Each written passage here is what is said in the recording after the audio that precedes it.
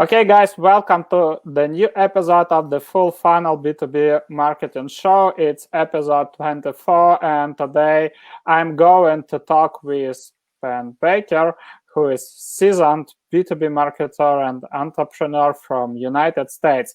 The reason why I invited Ben is really interesting because recently I was reading about the failures international companies did when they were entering US market. And if you are marketing your product in the United States the same way you are promoting it in Europe or in Asia, you will fail. This rule applies not only to the tech startups, but also to major established companies, because probably all of you have heard the stories of Tesco, Carrefour, Suzuki, and other well-known brands whose US expansion led to significant losses. And actually, recently I found a research done by Matteo Fabiano, who is a European expat in the United States, and he researched 300 tech international companies that entered a US market and figured out 9 common mistakes, like lack of focus, misunderstanding the market dynamics, sample of one, poorly localized product, too much focus on technology, bad hiring decisions, slow reorganization, and not understanding cultural differences. And actually, this motivated me to find a guest for this Full Funnel B2B Marketing podcast who can explain how to avoid these mistakes and launch your product on the US market successfully. And today, meet our guest, Ben Baker. Ben, thanks a lot for accepting my invite.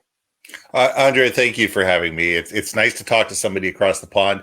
I just, to get everybody's right, I am an American citizen. I was actually born in the United States. I actually live in Canada, up in Vancouver on the West Coast. But I would say that at least 80% of my business is in the United States and has been for decades. So I am a Canadian selling into the United States on a regular basis. So I get to be that international market coming into the United States as well. But it's an interesting market. The North American market on its own is an interesting market, and we'll get into that. But I wanted to give everybody a little bit of a background of who I am and what I do, just to start off with. I come from 25 years in the communications world. I started off 25 years ago killing a lot of trees. I did a lot of direct mail. So it was all business to business, business to consumer, direct mail, 50, 100, 250, a million pieces of direct mail at a time. And it was all about learning how to tell a story effectively. How do you reach people emotionally? How to get people to not only listen, but also engage. And that's probably the key things that I've learned over the years. Over the last 10 or 15 years, I've focused on a lot to do with branding and internal branding of companies, how to build better leaders, how to create more engaged, retain, and grow employees, how to tell that brand story in a way that's compelling and that people want to engage with and react to. I am the host of the YourLivingBrand.live podcast. We've been around for 3 years and over 160 episodes. I have a community on leadership called leadersmadehere.com that's actually opening up in August in response to our new book that's coming out. So I've got 2 books on the market. And I love being with you guys. I love talking about branding. I love talking about marketing. I love talking about how do we communicate effectively and how do we communicate in the language of our audience. So hopefully that gives your audience some pretext of where I'm coming from. And I just love to answer questions. I'm not sure that you described it in the best possible way. And thanks a lot, actually, for providing more clarity. I want to start our chat with a provocative question. Sure. Let me know, please, the number one thing you hate about companies that are entering US market. I think the number one thing that any company needs to be aware of when they enter the US market is assuming that whatever worked in your native country, doesn't matter whatever it is, is going to work in a different country. And it doesn't matter if it's moving into the United States. It doesn't matter if it's an American company moving into Europe, into Africa, into Asia, etc. It's the preconceived notion of, I've been a big success here, I'm going to be a big success everywhere. Every company, and I'm talking from Coca-Cola to McDonald's to Starbucks to any international company, has to take a look at the local market, understand the local culture, understand the local norms, understand how people want to engage, and be able to modify their brand. So therefore it is still their brand. It is still who they are and what they do, but it speaks in a relevant way to the local audience. And there's far too many companies that assume that whatever worked in one jurisdiction is going to work in a different one. So that's probably the number one challenge that I see for companies all over. Got it. Thank you so much. We were chatted a little bit before going live, and I asked my community about the questions they have. I asked Europeans, what questions do you have regarding US market, and probably I can combine all of them and ask one broad question. What are the most important things about US tech market we should know? About the tech market? Yeah, because my community mostly consists of tech companies, sure. like hardware, software as a service, etc. Absolutely. That the United States is a country of 350 million people in 50 different states, with 50 different jurisdictions, with 50 different sets of regional laws. And you need to be very careful about how are you developing your distribution system. Are you going to be your own distribution partner, or are you bringing distribution partners on board?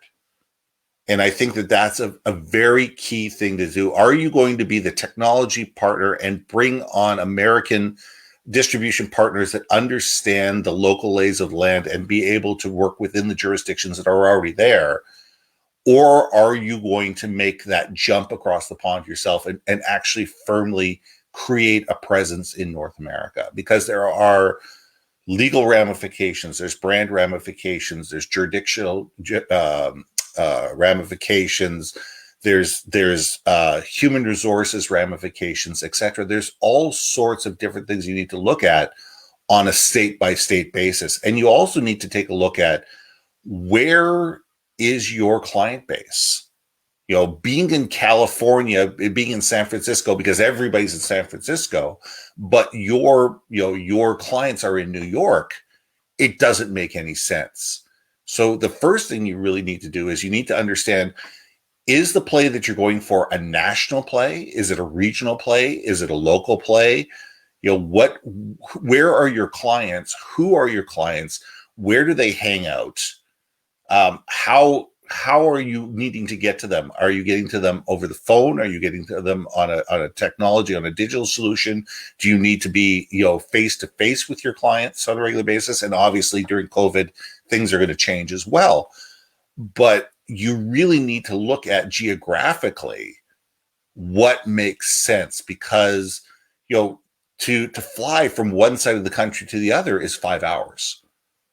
If you can get a direct flight, therefore, you may have to change planes in Chicago and spend 3 hours in Chicago and get caught in a snowstorm. And all of a sudden you're there overnight or 2 days as the airport shut down. So these are some things that you need to be thinking about, whether you're a hardware distribution or a software distribution. If you're a software distribution, you're probably a SaaS program. Logistics is not a big deal. It's just a click of a download. However, if you're a hardware distribution, you need to take a look and sit there going, where are the major, partners that you're going to be distributing through, and how do you have easy access into their distribution centers? So there's a 1,000 different things that you need to look at. And I'm sure the same type of things need to be looked at in Europe. but it's a matter of understanding the lay of the land. Where are the decision makers? Who are the major buyers of your product? Where are they located? Are there any jurisdictional issues that you need to be worried about? Is there, does it make sense for you to be incorporated in one state versus another for tax reasons? There's hundreds of different issues that need to be thought of, and every company are going to be different depending on what you're selling and how you're selling it.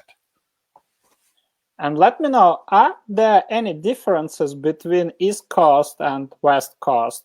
Do we need to know anything or consider, some particular features, let's call it this way, of East Coast and West Coast cities?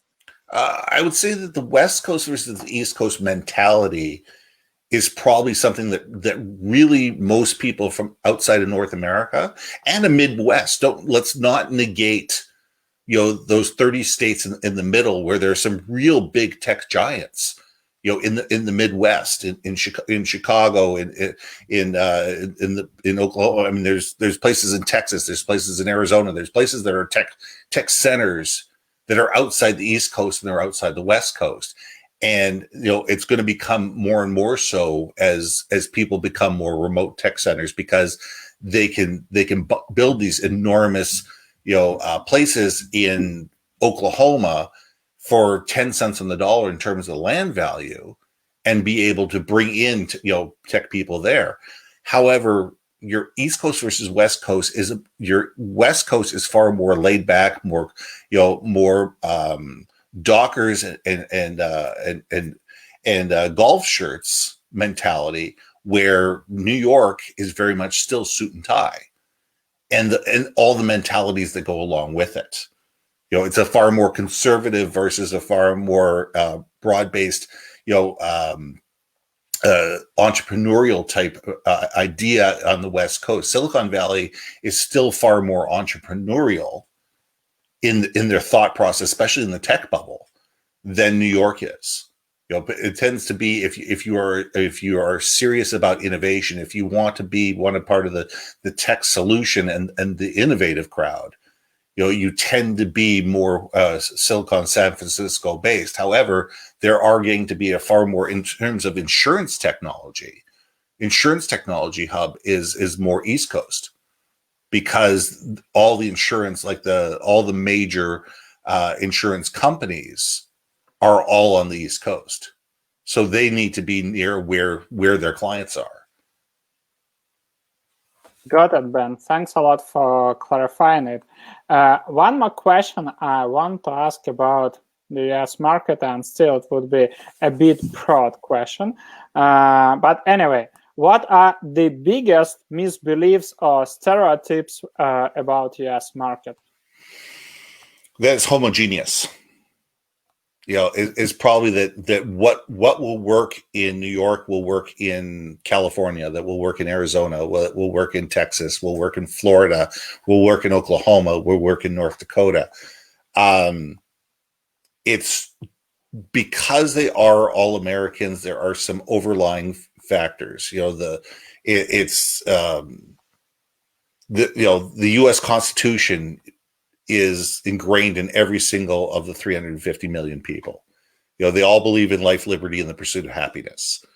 They all believe in individual freedoms. They all believe in the right to privacy. There are all those underlying factors. However, how people think and how people react and how people do business is very different based on where you are.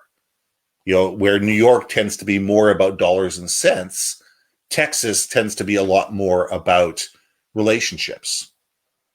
So it comes down to know, like, and trust. And that goes a lot with most major businesses. Until people trust you, until people understand that your solution is going to fix their problem, and it's not going to disrupt their business model to a point where it's going to be painful for them to be able to make the move, they're not even going to consider it. So it's a matter of looking at it going, okay, in certain places, this may be a 3-month buying cycle. In other places, this might be a 15-month buying cycle, depending on what the culture is of the people that you're buying into. So it's thinking that everybody is homogeneous, and if you go into the U.S. market, everybody's going to think the same. Everybody's going to react the same. You can market in in all 50 states in one way, and it's going to work for all 50 markets. It's not true. So you need to think about regional. You need to think about the Southwest versus the Northeast. You need to think about the North versus the South. You need to think about East Coast versus West Coast. You need to think about the plains states. And you need to think about the regional differences, especially if you're a B2C type product. If you're going direct to the consumer, you definitely need to take a look at what are the regional differences and be able to do that. I mean, perfect example, a friend of mine by the name of Stan Phelps is an international speaker, and he travels all the way around the world. Okay. His big thing is we get Instagram and Facebook messages from him from whatever country it is. The first thing he does is he goes into a McDonald's, and he goes into the McDonald's. Why? Not to have the regular Big Mac, but to see what's the local fare. What are you going to have in Croatia at a McDonald's that you wouldn't have in Boston or in Tel Aviv or in Shanghai or in Australia? And there's always something that's a little different on the menu that speaks to the regional difference. And I think that that's a really good lesson for any company to realize, is that you need to understand that there is 50 United States. However, there are regional differences. And thinking of it as one big country, it would be thinking like the EU as one country. If you thought of the EU as one country, and people in Germany think the same as the Italians, who think the same as the Greeks, that think the same as as the French, it's just not realistic. So if we think that way, that that Oklahoma and France might think the same way, and Britain and New York might think the same way, and LA may think the same as Italy, just to use analogies, that's a better way of looking at things.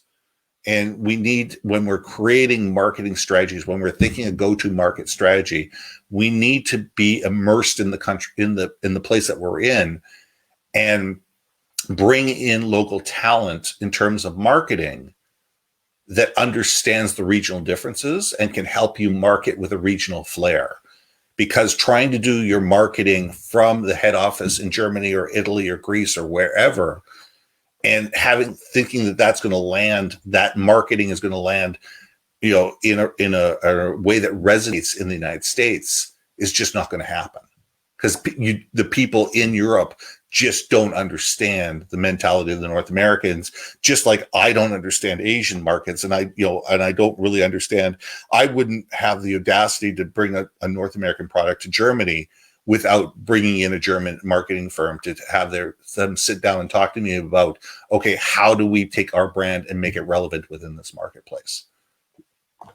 That was great insight for me, basically, because still in Europe, we prefer to consider United States as one country, and that was a great insight. So you need to consider the same, like you can't even compare Italy and Germany. These are two completely different countries, or Greece and Sweden, and that's a great insight. So once entering United States market, you need to clearly, you need to understand where your target audience is, in what regions, and think about how to align your message with the regional mentality, with the regional culture. That was a great insight. Thanks a lot for providing it. One more thing I want to ask you.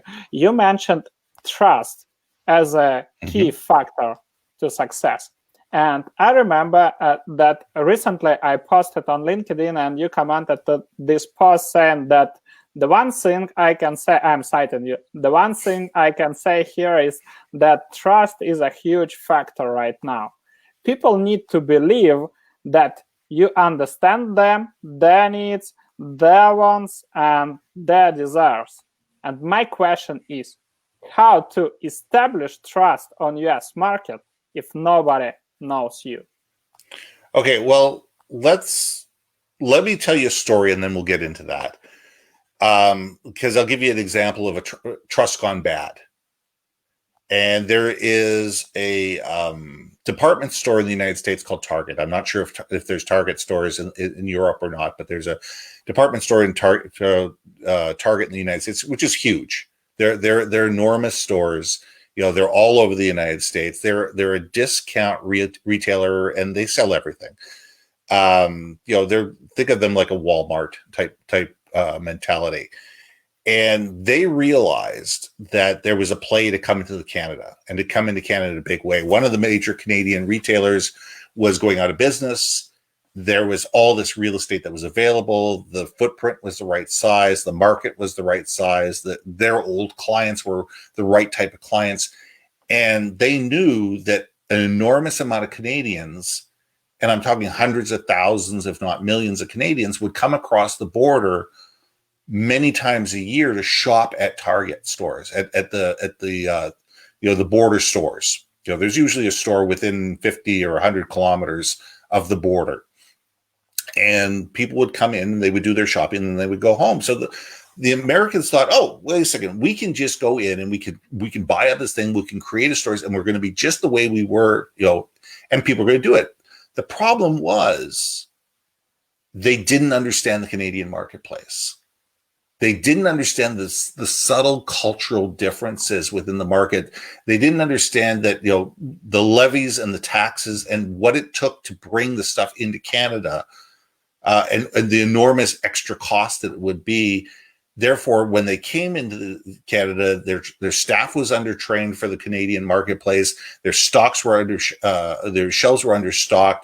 They didn't have the logistics down pat. There was a whole bunch of things they did, and they lost the trust of the Canadian market. People that were ready to buy at Target, millions of people were ready to buy at Target, and they lost that trust. And within 3 years of opening up 100 stores, they were all closed. Now, this is probably billions of dollars that was lost in a play that should not have gone wrong. And this was the fact that they didn't do the research properly in order to maintain the trust that they had already built. They had created this level of trust. They knew there was a marketplace, but they didn't understand why these people were coming across and what the major factors were of why the Canadians were coming across the border to shop at Target, and they weren't able to replicate that in the Canadian stores. So trust is an enormous thing. And in order to establish trust, I'm a big believer of test. You need to do test markets. You need to, first of all, before you invest in putting bricks and mortar stores or head offices or anything along things, you create a regional test team. And maybe you create one branch office in New York or LA or wherever you think that's going to work with you, and you work with a team to be able to establish and be able to go out to the trade shows. And all of this is going to be coming in the next 12 to 24 months. I mean, there aren't going to be trade shows for another 12 to 24 months. But being able to build those relationships, and right now we can do these over Zoom calls and over WebEx calls and communicate and find out who the major customers are, what their major challenges are, what are the things that are keeping them up at night, and just having those conversations. And don't make it about selling the product. The first thing you need to do is to listen to understand. And the more companies you can go into and say, listen, we're not trying to sell you anything. We're looking to come into the American market, and we want to understand the American market before we come in. And be able to take the time and the effort and maybe invest the time and create focus groups and pay people and take a look and sit there and say, okay, what is the amount of information that we can gather to be able to understand the market that we're in, to understand what is the reasons why we would add value to this market. So by the time you get there, you're already speaking the right language. You're already being able to say, we've been doing research for over a year to be able to understand that you guys are having this, and this challenge. And because of that, we've been doing this in Europe for 50 years. We'd love to come into the United States market, and we'd love to be able to help you, and we'd love to have that conversation with you and then be able to build those conversations. But to walk in as the white knight thinking that you know everything and just say, we're here, we've been, the premier European, supplier for 150 years, we're just coming in and doing it, you're not going to have any credibility. Just because you were good in Europe doesn't mean that you're going to be good in North America. It's that type of mentality, and I'm sure it goes both ways. I'm sure if an American firm tried to take that mentality and come to Europe, they are going to take the time and the effort to be able to build that trust. Because if you don't take the time to understand who you're trying to sell to and why you're going to be valuable to them, you never will be. So that's how trust is built, and it takes time. And you need to invest the time, probably a year, maybe a year and a half before you even step foot in North America, to be able to understand, what are the things that are going to make you valuable before you actually go out there and try to sell. And, during that time, you can run test markets, you can try products, you can, a lot of companies make a white label product. They'll make something that doesn't have their name on it and try to sell it within the North American market just to see if it sells. And, that way it's not, if it fails, it's not associated with your brand. But if it does, it lays the groundwork for you to sit there and say, oh, by the way, you guys have been enjoying this product so much, we actually produced this product and now it's got our label on it. So it's being able to test the market out and build that credibility before you walk in the door. That's great. One thing that I noticed while working with the US companies or US people in general are more open-minded. And probably it's just my assumption. I don't know. I'm not US citizenship, but it's just my assumption.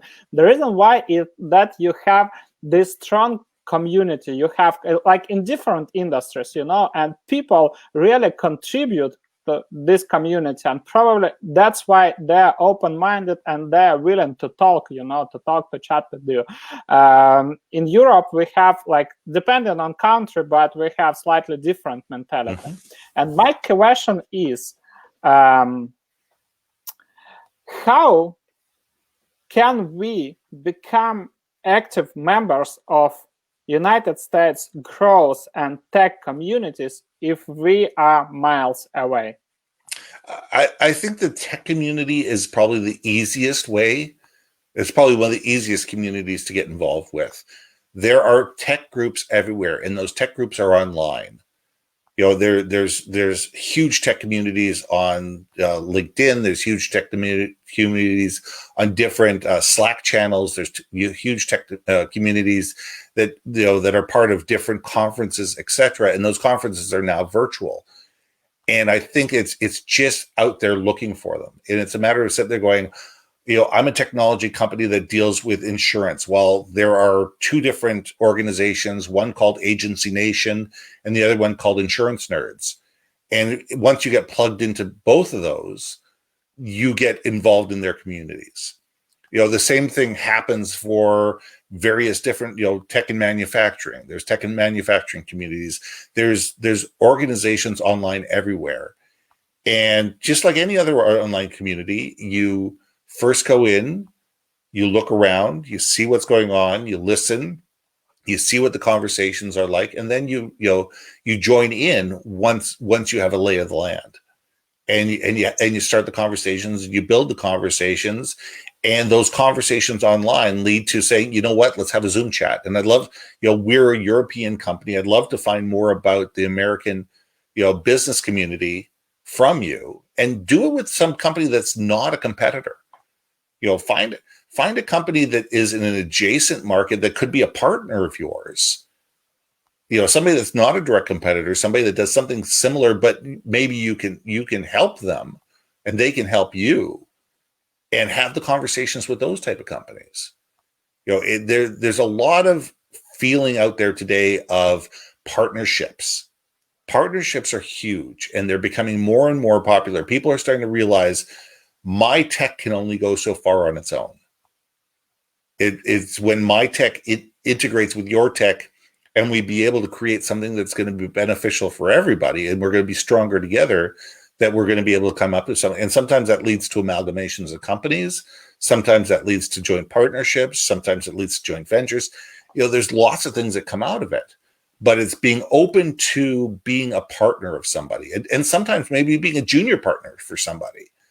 You may be a $1 billion company, but you may end up being a junior partner for a company that's already in an established marketplace.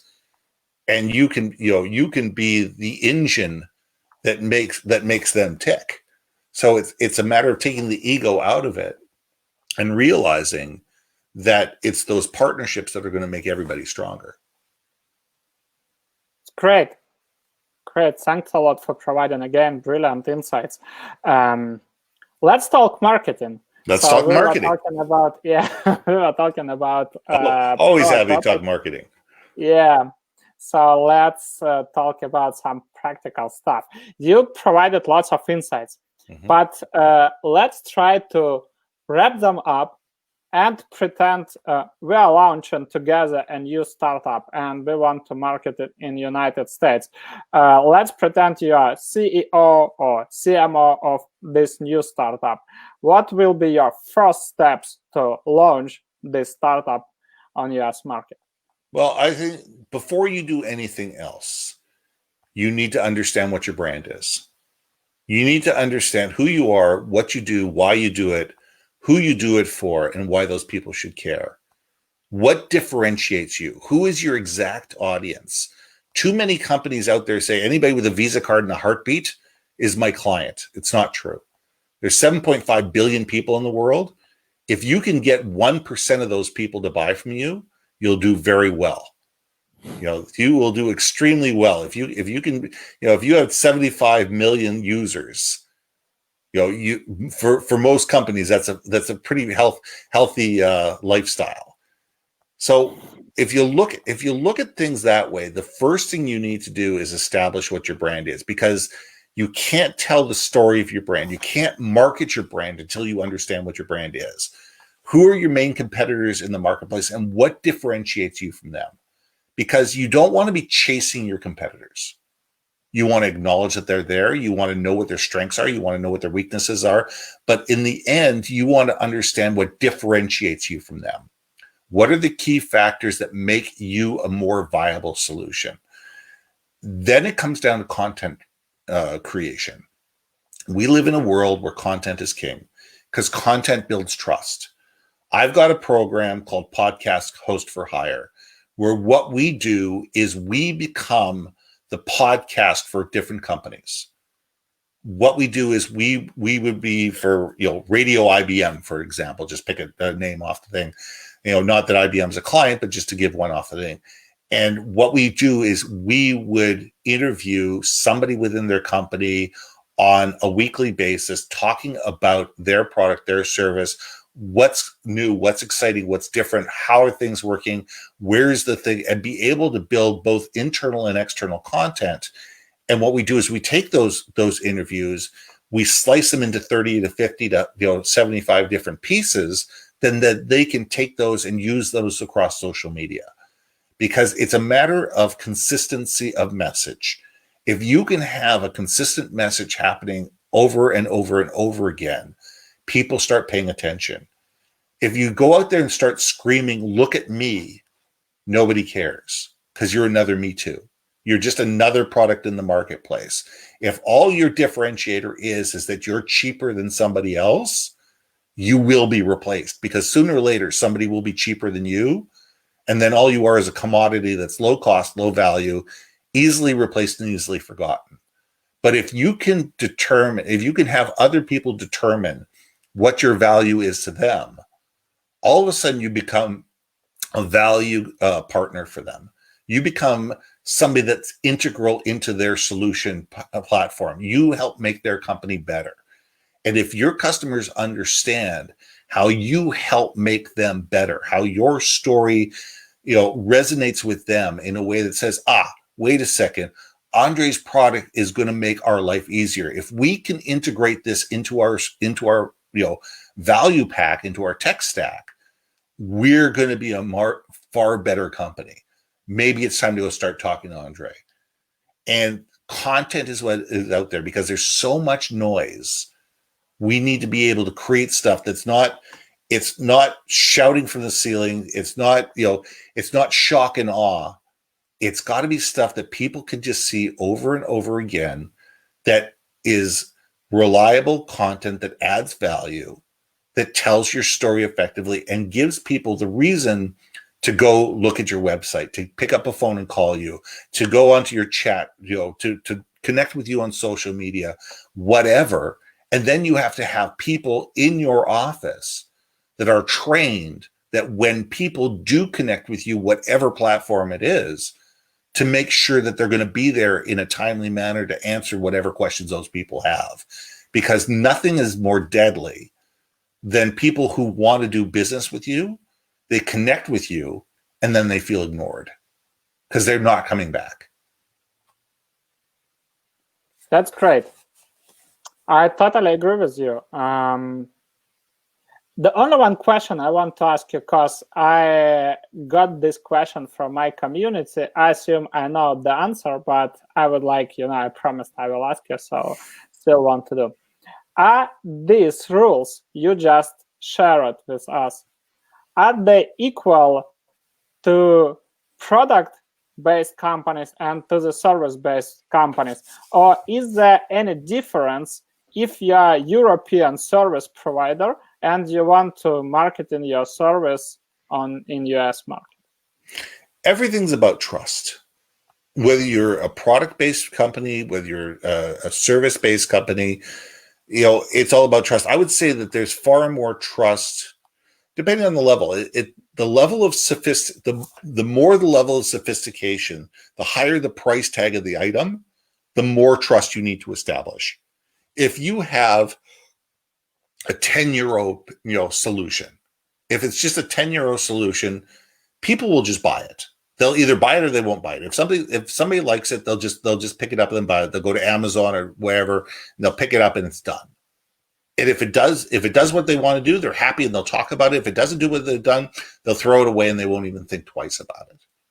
But if we're dealing with a 100,000 euro product, whether it's a technological solution or technological service, now you need to build trust, because people are not going to sit there and write a check or put that, transfer the money or whatever they're going to do until they trust that whatever your product or service is actually going to move the needle. If it's not going to move the needle, if it's not going to make their life better, if they don't feel if they spend 100,000 euros, they're going to make 10 million euros or 5 million euros or 2 million euros or whatever, they're not going to buy it. There's got to be an ROI built into their mind, whether that's more effective employees, whether that's a more efficient production line, whether it's happier clients, whatever the thing is that's their emotional driver. They're not going to go out and reach into their pocket and give you their money if they don't trust that you're going to solve the underlying problem that they have.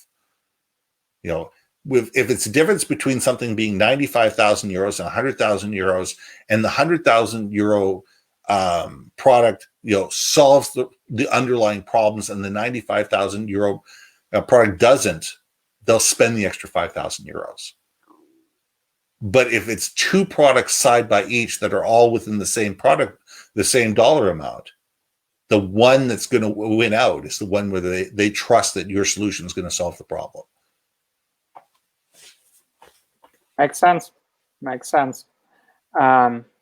Another question I wanted to ask you: what message might resonate with the US audience? What can motivate them to buy your product or service? So we spoke about trust, but the question probably was about, I will try to reformulate it. Sure. So should it be more aggressive and, let's say, benefit driven? So should you highlight more benefits and people prefer to make logical decisions, or should you provide more social proof, telling exactly, you mentioned it, but I will just provide it as an example. So saying that we are a family company doing business for 200 years, etc., etc., or should it be mostly emotional? So this message should provoke some emotions, scarcity or whatever. The answer is yes. It really depends on the market. It depends on the product. It depends on the service. Depends on who the audience is. It depends on what their emotional drivers are. Some companies are looking for bottom line. Is it cheaper? There are companies out there that are looking for what's the least amount of money I can spend, and to show people that I'm actually doing something. Whether it works or not, at least I know people know that we at least tried and we did something. And there are those drivers. There's also people that are looking for the emotional solution. There are people that are sitting there going, I need to have the social proof.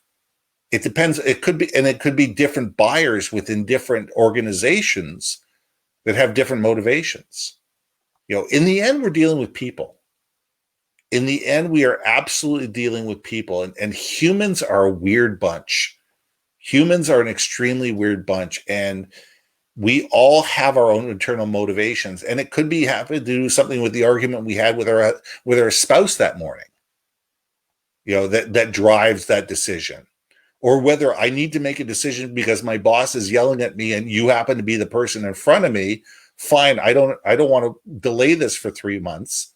I'm just going to make a decision because my boss is yelling at me that I need to make a decision. There are a million drivers out there. I used to sell, 25 years ago, I used to sell photocopiers. I used to sell things were, $60,000, $80,000, $100,000, photocopiers. And you knew you had under 48 hours to sell that photocopier, because if you didn't, somebody else was going to do it. People sit there, they bought a photocopier because their photocopier was broken. It was not doing what they were doing anymore. They were frustrated. They were finally at a point where they were fed up, and they wanted the old machine out, and they wanted something new that was in that did what they needed to do. And if you understood that, you could sell a lot of photocopiers, but you had to be, my best friends were the photocopy tech guys. I worked for Xerox, and every week I used to take the tech guys out for breakfast and find out from them what machines were causing people problems. And they saw, that there was a Xerox machine in there, but there was also a Canon machine in there, or a Fuji machine in there, or an Osei machine in there. And they knew that the other techs were in there all the time fixing those machines. And it gave me a great opportunity to walk in the door and say, so, my tech told me the other day that you guys were having problems with your Osei machine. How about we have a conversation about getting rid of that thing and giving you something that's going to cost you less, and it's going to take care of you a little bit longer. Well, guess what? They might not have been even thinking about buying, but their frustration level was already there to a point where the tipping point was easy. But it was understanding what the market was, what the motivating factors were of those particular people, and how to deal with the emotions that what are the decisions, what are the factors that are allowing them to make a decision. And different people within the same company can have different motivating factors, so we need to understand that when we're coming in. And marketing is part of that, and sales is part of that. And we need to think of marketing and sales working together to understanding what's the pulse of the audience that we're looking for, and then having marketing be able to create content that resonates with that pulse. So there needs to be that wonderful symbiotic relationship between the two. Perfect. I would say even between three departments, but traditionally we used to call these teams as departments: marketing, sales, client success. But from my point of view, like these departments will be demolished in future, so we'll have just revenue team, teams that will be working on one common goal. The same like in football or in soccer, if you will, in United States, we have goalkeeper, we have defenders, midfielders, forwards. And let me ask you a question: which role is more important, forward or defender or goalkeeper or midfielder? So they all have the same goal and the same in business. So teams should be aligned around one goal. One more question from our community. I will show it here. So this question came from Nasco, who is a head of growth of one tech company in Denmark. And he asks, what tone of voice to use on our US web property? In Denmark, we convert quite well. In the US, the copy is more conversational and conversion to trial is quite low. How to approach your onboarding and customer success efforts in the US compared to Europe? More aggressive or more friendly?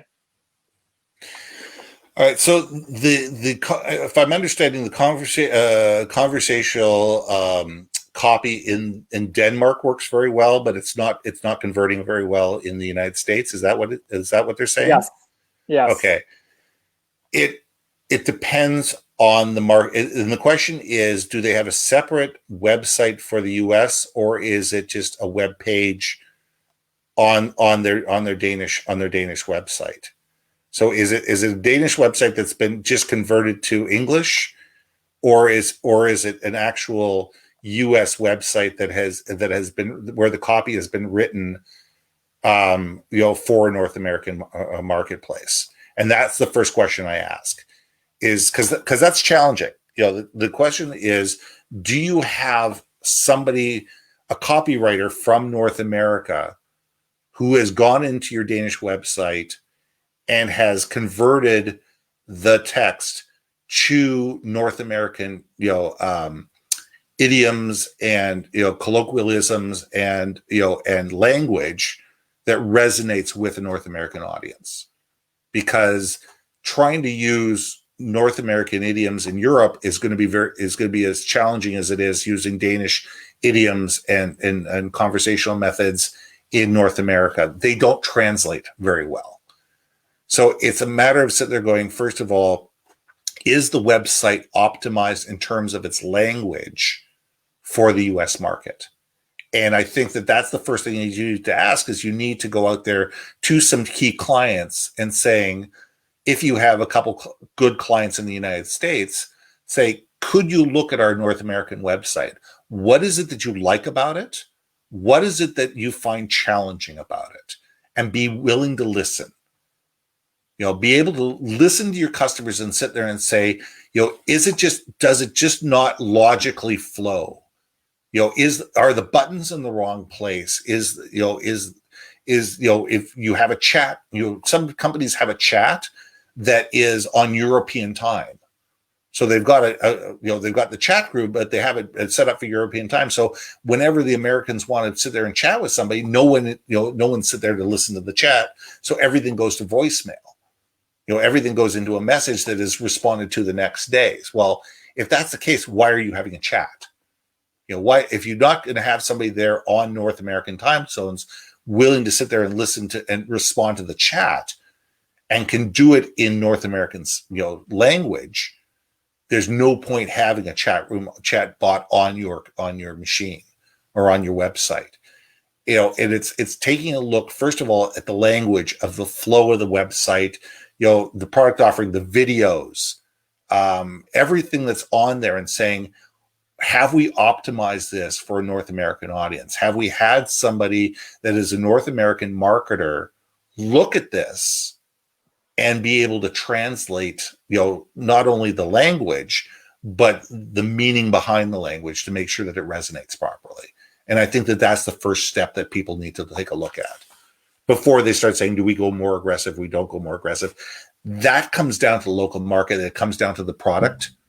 That's secondary. and a good ad agency who you hire will be able to help you out with that as well. But I think a lot of it comes down to, does my website speak in the language of my particular audience? And that's the question we all need to be. I don't care if you're looking at it locally or if you're looking at it around the world. The first question you need to ask is my website speaking to my audience in a way that they, that they first of all understand, that they value, and they're willing to work with? Does it compel them to action? That's great.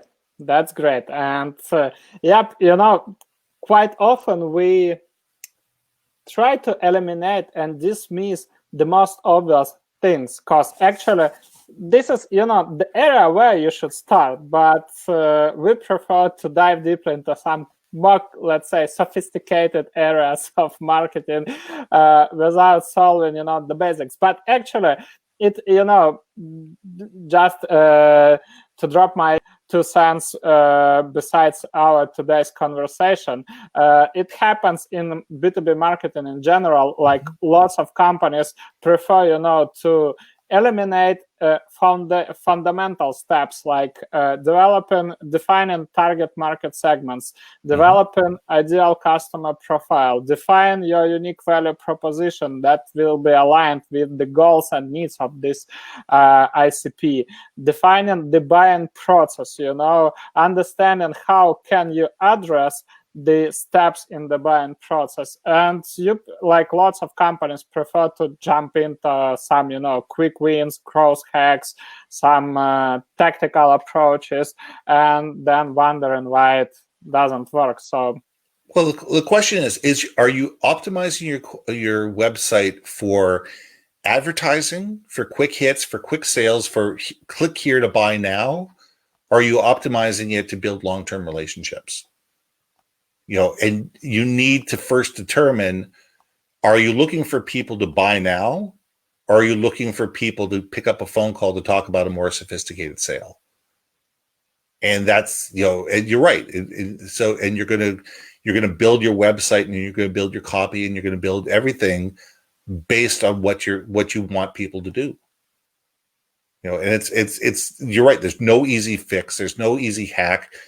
I have probably been involved in over 100 website development. I mean, I don't develop websites myself, but I do consulting on them.